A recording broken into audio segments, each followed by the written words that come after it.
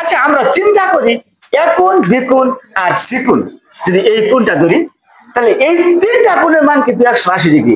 আমরা জানি ত্রিভুজের তিন কোণের মান হলো 180 ডিগ্রি। তাহলে একটু লিখি আমরা এ কোণ যোগ বি কোণ যোগ সি কোণ সমান সমান 180 ডিগ্রি।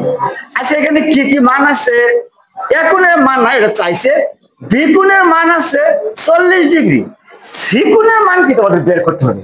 আচ্ছা এইখানে এইটুকুর মান যদি 120 হয়, সমগ্র এটা কিন্তু একটা সরল কোণ। তো এক সরল কোণ কিন্তু 180 ডিগ্রি। তো 180 ডিগ্রি থেকে যদি 120 এটা এই কোণটা যদি বাদ দেই তাহলে 60 ডিগ্রি থাকে। তার মানে এই কোণের মান হলো 60 ডিগ্রি। তার মানে সি কোণের মান পেলাম আমরা 60 ডিগ্রি সমান সমান 180 ডিগ্রি।